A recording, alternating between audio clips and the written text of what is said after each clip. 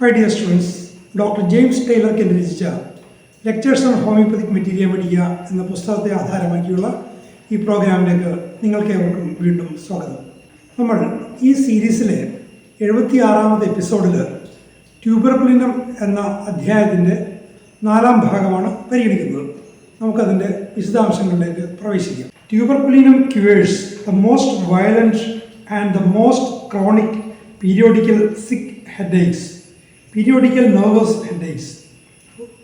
ഏറ്റവും വയലൻ്റ് ആയിട്ടുള്ള പീരിയോഡിക്കൽ ഹെഡേക്സിൽ, നെർവസ് ഹെഡേക്സിൽ ഏറ്റവും വയലൻ്റ് ആയിട്ടുള്ള ഒരു കാറ്റഗറിയെ ഹീൽ ചെയ്യാനായിട്ട് ട്യൂബർകുലിനം ഉപകരിക്കും. കമ്മിങ് എവറി വീക്ക്, അത് പീരിയോഡിസിറ്റിയാണ്, എവറി 2 weeks, അപ്പോൾ വീക്ക്ലി അല്ലെങ്കിൽ fortnightly, and the irregular periodicity coming under certain conditions. ചില സാഹചര്യങ്ങളിൽ ഇറഗുലർ പീരിയോഡിസിറ്റിയാണ്, വീക്കിലിയോ ഫോർട്ട്നൈറ്റ്ലിയോ അല്ല. In damp weather, after overwork, from mental excitement, from overeating, disordered stomach, tuberculinum breaks up the tendency to this chronic periodical headache when the symptoms agree. അപ്പോൾ irregular പീരിയോഡിസിറ്റിയുടെ കണ്ടീഷൻസാണ് പറയുന്നത്. ഡാം വെതർ, ഈർപ്പമുള്ള നനവുള്ള കാലാവസ്ഥ, അമിത അധ്വാനത്തിന് ശേഷമുള്ള അവസ്ഥ, mental excitement, മാനസികമായിട്ടുള്ള ഉത്തേജനത്തിന് ശേഷം വരുന്നത്, ഓവർ ഈറ്റിംഗ്, അമിതമായിട്ട് ഭക്ഷണം കഴിക്കുന്നതുകൊണ്ട്, വയറ് ആകെ ദഹനം ക്രമം തെറ്റുന്നതുകൊണ്ട്, ആ ഒരവസ്ഥയിൽ ഈ ഒരു ക്രോണിക് പീരിയോഡിക്കൽ ഹെഡേക്കിൻ്റെ ആ ഒരു ടെൻഡൻസിയെ ബ്രേക്ക് ചെയ്യാൻ ട്യൂബർക്കുലിൻ ഉപകരിക്കും. എപ്പോഴാണ്? when the symptoms agree. General conditions agree ചെയ്യുകയാണ്, ഹെഡേക്സിൻ്റെ പെക്യുലാരിറ്റീസും മൊഡാലിറ്റീസും ഒക്കെ എഗ്രി ചെയ്യുകയാണെങ്കിൽ ആ ടെൻഡൻസിയെ ബ്രേക്ക് ചെയ്യാൻ ട്യൂബർക്കുലിൻ ഉപകരിക്കും. It has been observed in the hands of good prescribers that when chronic constitutional headaches have been broken up, sometimes the patient has a tendency to lose flesh and become feeble. Chronic ഹെഡേക്സിൽ ശരീരം ശോഷിക്കുക, രോഗി വളരെ ദൗർബല്യത്തിലായി തീരുക, ഈ ഒരു അവസ്ഥയിൽ ആ ടെൻഡൻസിയെ ബ്രേക്ക് ചെയ്യാൻ വിദഗ്ധരായ പ്രിസ്ക്രൈബേഴ്സിൻ്റെ കയ്യിൽ ട്യൂബർക്കുലിനം ഉപകരിക്കും. വിദഗ്ധരായ പ്രിസ്ക്രൈബേഴ്സ്, ഗുഡ് പ്രിസ്ക്രൈബേഴ്സ്, നല്ല പ്രിസ്ക്രൈബേഴ്സ് എന്ന് പറയുന്നതുകൊണ്ടാണ് ഹോമിയോപ്പതിയുടെ പ്രിൻസിപ്പിൾസിനെ അനുസരിച്ചുകൊണ്ട് പ്രിസ്ക്രൈബ് ചെയ്യുന്നവർ. വെറുതെ എന്തെങ്കിലും ഒരു കീനോട്ട് വെച്ചോ അല്ലെങ്കിൽ ഒരു പെക്യുലാരിറ്റി വെച്ചോ ഒരു മൊഡാലിറ്റി വെച്ചോ മാത്രം പ്രിസ്ക്രൈബ് ചെയ്യുന്ന, വളരെ ലാഘവ ബുദ്ധിയോടുകൂടി പ്രിസ്ക്രൈബ് ചെയ്യുന്നവരല്ല. ഹോമിയോപ്പതി പ്രിൻസിപ്പിൾസ് അനുസരിച്ച് ജനറാലിറ്റീസ് നോക്കി, ജനറൽ സിംറ്റംസും അതിൻ്റെ മൊഡാലിറ്റീസും ഒക്കെ എഗ്രി ചെയ്യുന്നുണ്ടോ എന്ന് നോക്കിയിട്ട് അങ്ങനെ കൊടുക്കുന്നവരുടെ കയ്യിൽ ഇത്തരം ക്രോണിക് ഹെഡേക്സിനെ ഈ കണ്ടീഷനിൽ ട്യൂബർക്കുലിനം പലപ്പോഴും ഹീൽ ചെയ്തിട്ടുണ്ട്. And entire transformation sense take place. A cough sets in, the headache has been removed but the patient is feeble. അപ്പോൾ എൻ്റയർ ട്രാൻസ്ഫോർമേഷൻ സംഭവിക്കും, മൊത്തത്തിലൊരു മാറ്റം, ഒരു രൂപാന്തരണം. അതായത് ഹെഡേക്ക് മാറുന്നു, പകരം എന്താ വരുന്നത്? ഒരു ചുമ ആരംഭിക്കുന്നു. അപ്പോൾ അതിൻ്റെ സൂചന എന്താണ്? അയാളിൽ മറഞ്ഞു കിടന്നിരുന്ന ട്യൂബർക്കുലർ ടെൻഡൻസി ആണ് അയാൾക്ക് തലവേദന ഉണ്ടാക്കിയിരുന്നത്. അപ്പോൾ തലവേദന റിമൂവ് ചെയ്യുമ്പോൾ ആ ലേറ്റൻ്റായിട്ട് കിടന്നിരുന്ന ആ ടെൻഡൻസി പുറത്തു വരുന്നു. പുറത്തു വന്നു കഴിഞ്ഞാൽ അതിൻ്റെ സിംറ്റംസ്, ട്രൂ സിംറ്റംസ് കാണിച്ചു കഴിഞ്ഞാൽ കൃത്യമായ ഔഷധം തിരഞ്ഞെടുക്കാനും അതിനെ ഹീൽ ചെയ്യാൻ സാധിക്കും. അപ്പോൾ ആ ഒരു പ്രശ്നങ്ങൾ ഉണ്ടായിക്കൊണ്ട്, തലവേദന പോലുള്ള ക്രോണിക് പ്രശ്നം ഉണ്ടായിക്കൊണ്ട് അണ്ടർലൈയിങ് ആയിട്ട് ലേറ്റൻ്റായിട്ട് കിടന്നിരുന്ന ട്യൂബർക്കുലർ ടെൻഡൻസിയെ പുറത്തു കൊണ്ടുവരാൻ സഹായിക്കുന്നു. പേഷ്യൻ്റ് ഫീബിളാവണം. Whenever that take place, tuberculinum is most useful remedy. ഇങ്ങനത്തെ ഒരു അവസ്ഥ ഉണ്ടാകുമ്പോൾ ഏറ്റവും ഉപകരിക്കുന്ന ഔഷധം ട്യൂബർക്കുലിനമാണ്. A new manifestation comes, a new organ is affected. പുതിയൊരു മാനിഫെസ്റ്റേഷൻ, അയാൾ കിടക്കുന്ന അണ്ടർലൈയിങ് സോറയുടെ അല്ലെങ്കിൽ അണ്ടർലൈയിങ് മയാസത്തിൻ്റെ പുതിയൊരു മാനിഫെസ്റ്റേഷൻ, പുതിയൊരു അവയവത്തിലുള്ള മാനിഫെസ്റ്റേഷൻ കാണുന്നു.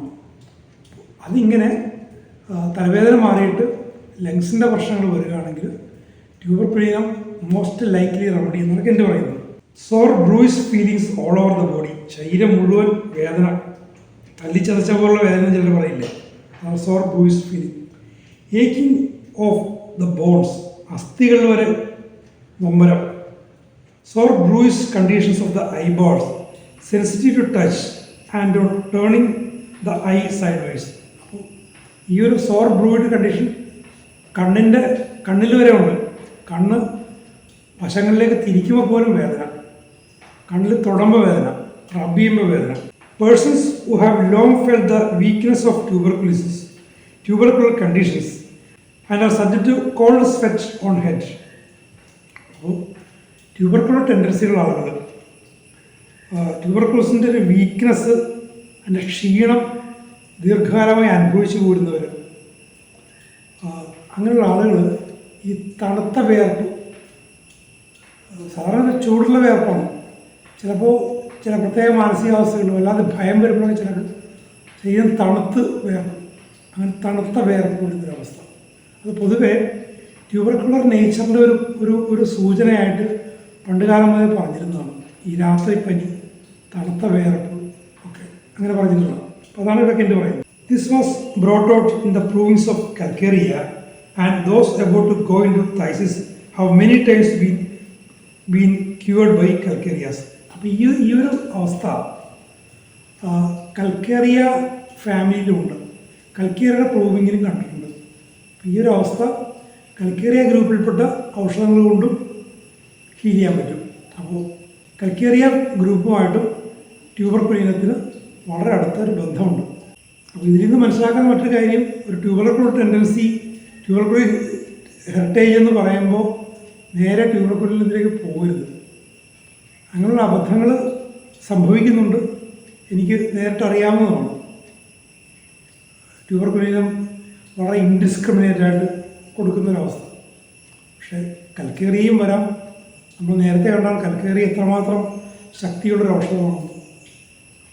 കൃത്യമായിട്ട് ജനറൽ സിംറ്റംസ് ശരിക്ക് പഠിച്ച് നോക്കിയിട്ട് വേണം, ഔഷധം ഏതാണെന്ന് ഉറപ്പിച്ചിട്ട് വേണം കൊടുക്കാൻ. അല്ലാതെ ട്യൂബർക്കുലർ പാരമ്പര്യമുണ്ട് എന്നൊരു ട്യൂബർക്കുലർ കൊടുത്തേക്കാം എന്നൊരവസ്ഥ ശരിയല്ല. പക്ഷെ നേരത്തെ ചില കണ്ടീഷൻസ് പറഞ്ഞിട്ടുണ്ട്. ട്യൂബർക്കുലോസിസ് ഒന്ന് മരിച്ച ഹിസ്റ്ററിയുള്ള കുടുംബങ്ങളിൽ യങ്സ്റ്റേഴ്സിന് കൊടുക്കാം. 1M 10M CL 10M 50M CM എന്ന രീതിയിൽ കൊടുക്കാമെന്നൊക്കെ എന്ന് പറയുന്നുണ്ട്. അപ്പോൾ ആ സാഹചര്യങ്ങൾ കൃത്യമായിട്ട് ജഡ്ജ് ചെയ്യാൻ നല്ലൊരു പ്രിസ്ക്രൈബർക്ക് സാധിക്കണം. അതാണ് ഗുഡ് പ്രിസ്ക്രൈബർ എന്ന് എന്ന് പറയുന്നത്. അപ്പോൾ ആ നല്ല പ്രിസ്ക്രൈബർ ആകാനുള്ള ആ ഒരു സ്കില്ല് ആർജിച്ചെടുക്കുക എന്നുള്ളത് വളരെ പ്രധാനപ്പെട്ട കാര്യമാണ്. The relationship between tuberculinum and calcarea is very close. They are interchangeable. ഉണ്ടോ? അവ ഇൻ്റർചേഞ്ചബിൾ കൂടിയാണ്. അതായത് ക്ലോസ് ആണെന്ന് പറഞ്ഞാൽ പോലെ പരസ്പരം സ്ഥാനം മാറാവുന്ന കൂടിയാണ്. ട്യൂബർക്കുലോസിൻ്റെ സ്ഥാനത്ത് കൽക്കേറിയ വരാം, കൽക്കേറിയ സ്ഥാനത്ത് ട്യൂബർക്കുലിനും വരാം. സിംറ്റംസ് ചേഞ്ച് ചെയ്താൽ കൃത്യമായിട്ട് നിരീക്ഷിച്ചു കഴിഞ്ഞാൽ ഈ ഇൻ്റർചേഞ്ച്, നമ്മൾ നേരത്തെ ട്രയോ പറഞ്ഞു, കൽക്കേറിയയിൽ നിന്ന് ലൈക്കോപോഡിയത്തിലേക്ക് പോകുന്ന അവസ്ഥ, അതും സിംറ്റംസിലൂടെ മനസ്സിലാക്കാൻ പറ്റും. സൾഫറിന് ശേഷം ആഴ്സനിക്ക് വരുന്ന അവസ്ഥ, സൾഫറിന് ശേഷം സ്വർണം വരുന്ന അവസ്ഥ, അതുപോലെ പുതിയൊരു ഇൻ്റർചേഞ്ചബിലിറ്റി, കൽക്കേറിയയ്ക്ക് ശേഷം ട്യൂബർക്കുലിനും വരാം, നേരെ തിരിച്ചു ആകാം, ഇൻ്റർചേഞ്ചബിൾ എന്നാണ് പറയുന്നത്. അത്തരം കാര്യങ്ങൾ വളരെ ശ്രദ്ധാപൂർവ്വം സിംറ്റംസിൽ വരുന്ന മാറ്റങ്ങൾ കൃത്യമായിട്ട് നിരീക്ഷിക്കാൻ, പ്രത്യേകിച്ചും എവിടെയാണെന്ന് ഞാൻ ഓർക്കുന്നില്ല, ഏതൊരു പുസ്തകത്തിൽ ഒരു ലേഖനം വായിച്ചു ഓർക്കുന്നുണ്ട്, prescription of the second dose എന്നാണ് അതിൻ്റെ പേര്. ഒരു രണ്ടാമത്തെ ഡോസ് കൊടുക്കുമ്പോൾ എത്രത്തോളം ശ്രദ്ധിക്കണമെന്നാണ് പറയുന്നത്. കേസ് റീസ്റ്റഡി ചെയ്യുക, നേരത്തെ കൊടുത്ത ഔഷധം തന്നെ മതിയോ, പൊട്ടൻസി മാറണോ, അതുതന്നെയാണെങ്കിൽ പൊട്ടൻസി മാറണോ, മറ്റൊരു ഔഷധം വേണോ, ആ ഔഷധം വേണമെങ്കിൽ എന്തായിരിക്കണം, അതിനെന്തൊക്കെ കാര്യങ്ങൾ ശ്രദ്ധിക്കണം. ഒരു നീണ്ടൊരു ലേഖനം തന്നെ ആരെഴുതിയാണെന്ന് ഏത് പുസ്തകമാണെന്ന് ഞാൻ ഓർക്കുന്നില്ല. വളരെ നല്ലൊരു ലേഖനമാണ്. അത് വായിച്ച പിന്നെയാണ് എനിക്ക് ഈ ഒരു സെക്കൻഡ് ഡോസിനെ കുറിച്ച്, അതിൻ്റെ പ്രാധാന്യത്തെക്കുറിച്ചുള്ള ഒരു ധാരണ മനസ്സിൽ രൂപപ്പെട്ടത്. അപ്പോൾ സെക്കൻഡ് ഡോസ് പഴയതിൻ്റെ റിപ്പീറ്റേഷൻ ആകണമെന്നില്ല, മറ്റൊരു പൊട്ടൻസി ആകണമെന്നില്ല, മറ്റൊരു ഔഷധമാകാം, അതൊരു കോംപ്ലിമെൻ്ററിയോ ഫോളോയിങ് മെഡിസിനോ അല്ലെങ്കിൽ ഇത്തരം ഇൻ്റർചേഞ്ചബിൾ ആയിട്ടുള്ള മെഡിസിനോ ട്രയോസോ ഒക്കെ ആകാം. വളരെ ശ്രദ്ധിച്ച് ലക്ഷങ്ങളിലെ മാറ്റങ്ങൾ നിരീക്ഷിച്ചിട്ട് വേണം ഒരു സെക്കൻഡ് ഡോസിനെ കുറിച്ച് ചിന്തിക്കാൻ. They are interchangeable. That is the one may be indicate for a while and then the other. അപ്പോൾ ഒരെണ്ണം കുറച്ച് നേരം ഇൻഡിക്കേറ്റ് ചെയ്യാം. ട്രീറ്റ്മെൻറ്റിൻ്റെ ഒരു ഘട്ടത്തിൽ ട്യൂബർകുലിനം ഇൻഡിക്കേറ്റ് ചെയ്തു, കുറച്ച് കഴിയുമ്പോൾ കൽക്കേറിയ ഇൻഡിക്കേറ്റ് ചെയ്യാം. ഇനി കൽക്കേറിയ ഇൻഡിക്കേറ്റ് ചെയ്ത കേസ് കുറച്ച് കഴിയുമ്പോൾ സിംറ്റംസ് മാറാം, കേസ് റീസ്റ്റഡി ചെയ്ത് കഴിഞ്ഞാൽ ചിലപ്പോൾ ട്യൂബർകുലിനം ആകാം. ഈ ഗ്രൂപ്പിൽ ഇത് മാത്രമല്ല, ഇനി മറ്റൊരു വർഷത്തെ കൂടി കെൻറ്റ് പറയുന്നുണ്ട്. They are both deep acting remedies. Also silicea is closely related to tuberculinum on the same plane of action, going deep into the life of a similar way. Calcarea, tuberculinum and Serratia and the silicates. മറ്റൊരു trio, നമ്മൾ നേരത്തെ golden ട്രയോയെ കുറിച്ച് പറഞ്ഞു. പല ട്രയോസിലുള്ളതിൽ ഒരു സുവർണ ത്രിതയം, അതായിരുന്നു CLS, കൽക്കേറിയ lycopodium sulphur. അതുപോലെ മറ്റൊരു പ്രധാനപ്പെട്ട ട്രയോ, മറ്റൊരു ത്രിതയം, അതാണ് കൽക്കേറിയ, ട്യൂബർകുലിനം ആൻഡ് സൈരീഷ്യ. ഇനി സിലിക്കേറ്റ്സ് കൂടിയാകും, സൈരീഷ്യയുടെ കോമ്പൗണ്ട്സും മറ്റു കോമ്പൗണ്ട്സും വരാം. In the guiding symptoms is A record pain in the head as if the head had A tight hoop of iron around it and iron band. വളരെ കൗതുകരമായൊരു ലക്ഷണമാണ്. ഇതൊക്കെ വായിച്ച ശേഷം തലയ്ക്ക് ചുറ്റും ഒരു അയൺ ബാൻഡ് എന്ന് വെച്ചാൽ ഒരു ഇരുമ്പ് പട്ട, ഒരു ഈ പറഞ്ഞ ഹൂപ്പ് എന്ന് പറഞ്ഞു കഴിഞ്ഞാൽ ഇപ്പോൾ ഒരു പണ്ടൊക്കെ വീപ്പുകൾ, മരം കൊണ്ട് വീപ്പ ഉണ്ടാക്കും. അപ്പോൾ വീഞ്ഞൊക്കെ ഫെർമെൻ്റ് ചെയ്യിക്കാൻ വേണ്ടി, അല്ലെങ്കിൽ മദ്യം, ചിലതരം മദ്യങ്ങളൊക്കെ ഈ സ്കോച്ച് മറ്റൊക്കെ ഇതിൽ വീപ്പകൾ നിറച്ചിട്ട്, ഓക്ക് മരത്തിൻ്റെയൊക്കെ വീപ്പകൾ നിറച്ചിട്ട് ഭൂമിക്കടിയിൽ കുഴിച്ചിടും നിരവധി വർഷങ്ങൾ. അപ്പോൾ അത് ഭദ്രമായി ഇരിക്കാൻ വേണ്ടിയിട്ട് ഉരുക്കിൻ്റെ പട്ട കൊണ്ട് വിരിഞ്ഞു കൊടുക്കും. അതിനാണ് ഈ ഹൂപ്പ് എന്ന് പറയുന്നത്. അപ്പോൾ ബലമായിട്ട് നിർത്തി, പലകകളെ ബലമായിട്ടൊരു വീപ്പയിലുള്ളിലുള്ള ലിക്വിഡ് ചോരാത്ത തരത്തിൽ. അപ്പം അങ്ങനെ തലയെ ഒരു ഇരുമ്പോട്ട, ഒരു ഹൂപ്പ് കൊണ്ട്, ഇരുമ്പ് പട്ട കൊണ്ട് വിരിഞ്ഞ് മുറുക്കിയുള്ളൊരു വേദന. അത് വായിച്ചപ്പോൾ എനിക്ക് വളരെ കൗതുകം തോന്നിയായിരുന്നു. പിന്നീട് എൻ്റെ കുടുംബത്തിൽപ്പെട്ട് തന്നെ ഒരു അനുജനെന്ന് പറയാം, ആ കുട്ടിക്ക് ഈ ഒരു പ്രശ്നം വന്നു, തലവേദന വന്നു. തലവേദന വന്നപ്പോൾ ഞാൻ എൻ്റെ സുഹൃത്ത് ഡോക്ടർ വിജയാഷയുടെ അടുത്ത് കൊണ്ടുപോയി. ഷണായി സിംറ്റംസ് വിശദമായിട്ട് ചോദിച്ചു കഴിഞ്ഞപ്പോഴാണ് ഈ തലവേദനയുടെ ഈ ഒരു നേച്ചർ പറഞ്ഞത്. പിന്നീടും കേസുകളെടുത്തു. ഒരു ഹെറിഡിറ്ററി ട്യൂബർകുലോസിസ് ആ ഫാമിലിയിലുണ്ട്. അതൊക്കെ വെച്ച് നോക്കിക്കഴിഞ്ഞപ്പോൾ ഒരു ഡോസ് ട്യൂബർകുലിനും കൊടുത്തു. ആ തലവേദന 8 ദിവസം കൊണ്ട് മാറിപ്പോയി. അതുകൂടാതെ ആ കുട്ടിയുടെ മറ്റു പല പ്രശ്നങ്ങളും ക്രമേണ മാറി വന്നു. അപ്പോൾ ഞാനത് നേരിട്ട് കണ്ട് അനുഭവിച്ചിട്ടുള്ളൊരു സിംറ്റമാണ്. ഹെഡേക്ക് വിത്ത് ഫ്രീക്വൻറ്റ് ഷാർപ്പ് കട്ടിങ് പെയിൻസ്. ഹെഡേക്സിൻ്റെ കൂടെ ഫ്രീക്വൻ്റായിട്ട് ഷാർപ്പ് കട്ടിങ് പെയിൻസ്, ഇങ്ങനെ കുത്തി തുളക്കുന്ന മാതിരി, വെട്ടിമുറിക്കുന്ന പോലെ ഉള്ള വേദന, ഫ്രീക്വൻ്റായിട്ടുള്ള വേദന തലവേദനയുടെ കൂടെ വരുന്നു. Headache worse from motion. മറ്റൊരു മൊഡാലിറ്റി, അനങ്ങുമ്പോൾ ഹെഡേക്ക് വർദ്ധിക്കുന്നു. ഇൻ ദ ഗൈഡിങ് സിംറ്റംസ്, കൊട്ടേഷനിലാണ്, a sudden taciturn irritable condition of mind. ഒരു മെൻ്റൽ സിംറ്റം അല്ല, ഗൈഡിങ് സിംറ്റംസിൽ ഒന്ന് കോട്ട് ചെയ്തിരിക്കുന്നതാണ്. സഡൻ എന്ന് വെച്ചാൽ ബാഡ് ടെമ്പർ, മോശം ടെമ്പറുള്ളത്. ടാസിറ്റേൺ, മിതഭാഷയാകുന്നു. കാര്യമായിട്ട് സംസാരിച്ചുകൊണ്ടിരുന്ന ആൾ പെട്ടെന്ന് മിതഭാഷയാകുന്നു, കാര്യമായിട്ട് സംസാരിക്കുന്നില്ല. അയാളുടെ ഒരു സ്വഭാവം മാറുന്നു, സള്ളനാകുന്നു, മൊറോസ് ആകുന്നു, ഇറിറ്റബിളാകുന്നു, അല്ലാതെ പെട്ടെന്ന് ഇറിറ്റേറ്റ് ചെയ്യപ്പെടുന്നൊരവസ്ഥ വരുന്നു. ഈ ഒരു മാനസികാവസ്ഥ അത് ട്യൂബർകുലിനം കവർ ചെയ്യുന്നുണ്ട്. സ്ക്രീംസ് ഇൻ ഹിസ് സ്ലീപ്പ്, ഉറക്കത്തിൽ കരഞ്ഞു വിളിക്കുന്നു. Is very restless at night, രാത്രി വല്ലാതെ അസ്വസ്ഥമാകുന്നു. ഇതിൻ്റെ ഒരു ഹിസ്റ്ററി പറയുന്നത്, സിസ്റ്റർ ഡൈഡ് ഓഫ് ട്യൂബർകുലർ മെനിഞ്ചൈറ്റിസ്. അയാളുടെ സഹോദരി ട്യൂബർകുലർ മെനിഞ്ചൈറ്റിസ് ബാധിച്ചിട്ട് മരിച്ചു പോയിട്ടുണ്ട്. ഇപ്പോൾ ഇങ്ങനെയുള്ള അവസ്ഥകൾ എനിക്ക് അതിനെക്കുറിച്ച് അറിഞ്ഞുകൂടാ. പല പല അവയവങ്ങളിൽ ക്ഷയം ബാധിക്കുന്ന ചരിത്രം എൻ്റെയൊക്കെ ചെറുപ്പത്തിൽ കേട്ടിട്ടുണ്ട്. ഗർഭപാത്രത്തിൽ ക്ഷയം, ഈ മെനിഞ്ചസിൽ ക്ഷയം, അസ്ഥികളിൽ ക്ഷയം, അങ്ങനെ ശ്വാസകോശം മാത്രമല്ല പല ഭാഗങ്ങളിലും ക്ഷയം വന്ന ആളുകൾ ബുദ്ധിമുട്ടുകയും മരിക്കുകയും ഒക്കെ ചെയ്തതായിട്ട് കേട്ടിട്ടുണ്ട്. ഇപ്പോൾ അങ്ങനത്തെ കേസുകൾ കൂടുതലായിട്ടുണ്ടോ ഇല്ലയെന്ന് എനിക്ക് അറിഞ്ഞുകൂടാ. ഇവിടെ പറയുന്നത് ട്യൂബർക്കുലർ മെനിഞ്ചൈറ്റിസ് വന്നിട്ട് സൗകര്യം വഹിച്ചിട്ടുണ്ട്. That symptom was given by Bonnet. Bonnet സൂചിപ്പിക്കുന്നൊരു സിംറ്റമാണത്. It has cured hydrocephalus. തലയിൽ വെള്ളം കെട്ടി തല ഇങ്ങനെ വീർത്തിരിക്കുന്ന അവസ്ഥ, അതിനെ ട്യൂബർക്കുലിനും ക്യൂർ ചെയ്തിട്ടുണ്ട്. ഞാൻ ഈ മെറ്റീരിയ മെഡിക്ക വായിച്ചു തുടങ്ങിയ കാലഘട്ടത്തിൽ എന്നെ ഏറ്റവും അധികം സ്വാധീനിച്ച ഒരു കാര്യം, ഒരു സിംറ്റം ഈ ഹൈഡ്രോസെഫാലസ് ആയിരുന്നു. അത് ഏത് ഔഷധമാണെന്ന് ഞാനിപ്പോൾ ഓർക്കുന്നില്ല. ഹൈഡ്രോസെഫാലസ് ഉള്ള കുട്ടികളെ പ്രസവിച്ച അമ്മമാർ പിന്നീട് പ്രഗ്നൻ്റ് ആകുമ്പോഴോ പ്രഗ്നൻസിക്ക് മുൻപോ കൃത്യമായിട്ട് ഓർക്കുന്നില്ല, ചില ഔഷധങ്ങൾ അത് കൊടുത്തു കഴിഞ്ഞാൽ, നിശ്ചിത പൊട്ടൻസിയിൽ കൊടുത്തു കഴിഞ്ഞാൽ അടുത്ത ശിശു ആ ഒരു ഹൈഡ്രോസെഫാലസ് ഇല്ലാതെ ജനിക്കും എന്നൊരു ഒരു വാചകം ഞാൻ എവിടെയോ വായിച്ചു. അത് ഈ പുസ്തകത്തിലാണോ മറ്റെവിടെയാണോ എന്ന് എനിക്ക് ഓർക്കുന്നില്ല. ഇപ്പം ഞങ്ങളുടെ അയൽവക്കത്ത് ഇങ്ങനെ ഒരു പെൺകുട്ടി ഉണ്ടായിരുന്നു. തല വീർത്ത് പലപ്പോഴും ക്ലാസ്സിൽ എൻ്റെ കുറേ ജൂനിയറാണ്. അപ്പോൾ ആ സ്ത്രീ ഇത് കാരണം, എനിക്കറിയാവുന്ന കുടുംബമാണ്, വീണ്ടും ഗർഭം ധരിക്കാൻ മടിച്ചിരിക്കുകയായിരുന്നു.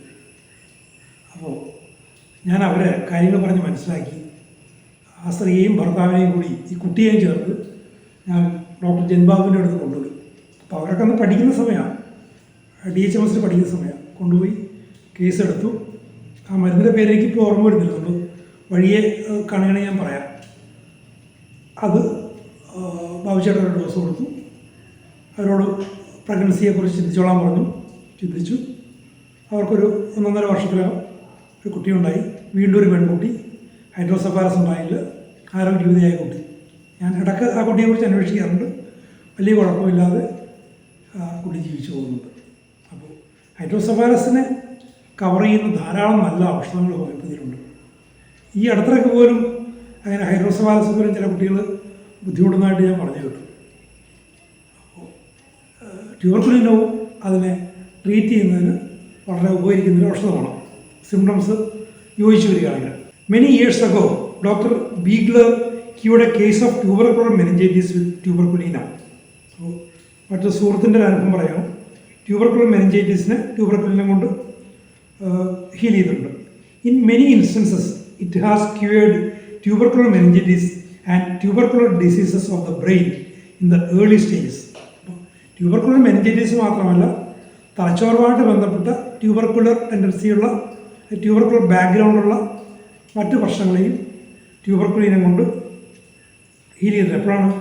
ഏർലി സ്റ്റേജസിൽ, ഒരു വഷളായ ശേഷമല്ല, ഏർലി സ്റ്റേജസിൽ ട്യൂബർക്കുലിനെ ഹീൽ ചെയ്തിട്ടുണ്ട്. The face becomes red even to purple during the chill. അപ്പോൾ ചില്ല്, കുളിർപ്പനിയൊക്കെ വരുന്ന സമയത്ത് മുഖം ചുവന്നു വരുന്നല്ല, പിങ്ക് കളറാകുന്നു.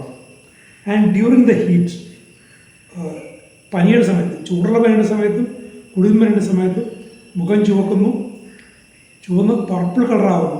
ഇനി അതിനോട് ചേർന്ന് വരുന്ന സിംറ്റം പറയും ആവേർഷൻ ടു ഓൾ ഫുഡ്സ്, എല്ലാ ഭക്ഷണസാധനങ്ങളും വിലക്കി. Such aversion to meat that it becomes impossible to eat it. അപ്പോൾ ഓൾ ഫുഡ്സ് എന്ന് പറയുമ്പോൾ പാശ്ചാത്യ രാജ്യങ്ങളിൽ മീറ്റിനോട്, മാംസഭക്ഷണത്തോട് ഇഷ്ടക്കേട് വരിക എന്ന് വെച്ചാൽ അസാധാരണമാണ്. അപ്പോൾ കേരളത്തിൽ അരിയാഹാരത്തോട് ഇഷ്ടക്കേട് വരിക എന്ന് പറയുന്നത് വളരെ അസാധാരണമാണല്ലോ, നമ്മുടെ സ്റ്റേപ്പിൾ ഫുഡാണ്.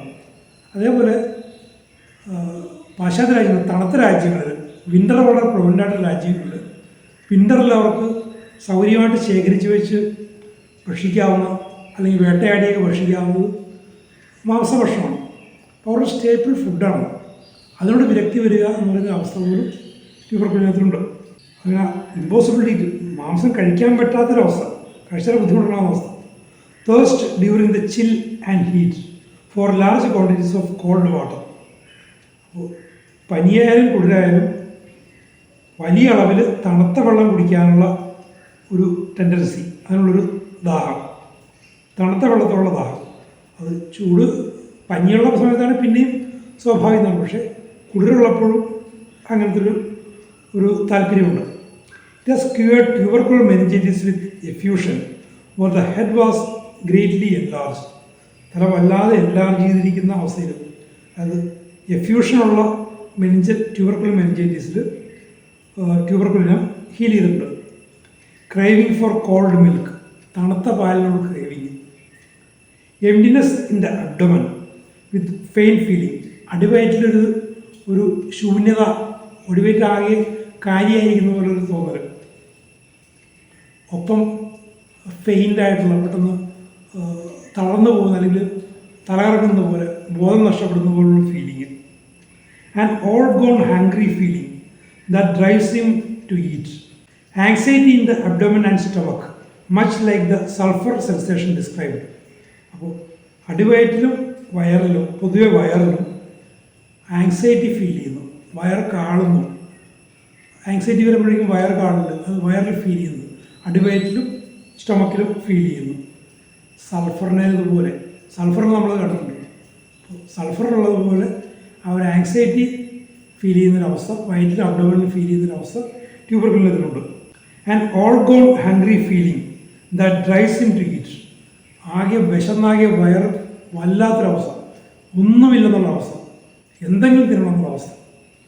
ചില രോഗാവസ്ഥകളിൽ ചിലർക്കുണ്ടാകാറുണ്ട്. This has been cured with tuberculinum after sulphur had failed. അപ്പോൾ ഈ ഒരു അവസ്ഥ സൾഫറിലുണ്ട്, പക്ഷേ സൾഫർ കൊടുത്തിട്ട് ഫെയിലിയർ ഉണ്ടായി, സൾഫറിൻ്റെ ആക്ഷൻ അല്ലെങ്കിൽ നീണ്ടു നിന്നില്ല. ആ ഒരവസ്ഥയിൽ ട്യൂബർക്കുലിനെ ഹീൽ ചെയ്യും. നമുക്ക് എത്രത്തോളം വിലപ്പെട്ട അമൂല്യമായിട്ടുള്ള സിംപ്റ്റംസാണ് ട്യൂബർക്കുലിനത്തിൽ വരിക എന്നുള്ളത്. അതിൻ്റെ ബന്ധങ്ങൾ, സൾഫറുമായിട്ടുള്ള ബന്ധം, കൽക്കേറിയ ഗ്രൂപ്പുമായിട്ടുള്ള ബന്ധം, സൈലീഷ്യമായിട്ടുള്ള ബന്ധം, അങ്ങനെ ഒരുപാട് വിലപ്പെട്ട അറിവുകൾ ഈ ഭാഗത്തു നിന്ന് നമുക്ക് ലഭിക്കുന്നുണ്ട്. അപ്പോൾ ഇതിൻ്റെ തുടർന്നുള്ള ഭാഗങ്ങൾ നമുക്ക് അടുത്ത എപ്പിസോഡിൽ കേൾക്കാം. ഈ പ്രോഗ്രാം അല്ലെങ്കിൽ ഈ ചാനൽ ഇതുവരെ സബ്സ്ക്രൈബ് ചെയ്യാത്തവരുണ്ടെങ്കിൽ ദയവായി സബ്സ്ക്രൈബ് ചെയ്യുക. ഇനിയും ഇത് പരിചയിക്കാത്തവർക്ക് നിങ്ങളത് പരിചയപ്പെടുത്തി കൊടുക്കുക. അതിൻ്റെ ലിങ്കുകൾ അയച്ചു കൊടുത്തും മറ്റുമൊക്കെ ഇത് പ്രചരിപ്പിക്കാൻ സഹായിക്കുക. നമുക്ക് അടുത്ത എപ്പിസോഡിൽ നമുക്ക് വീണ്ടും കാണാം. Thank you for watching.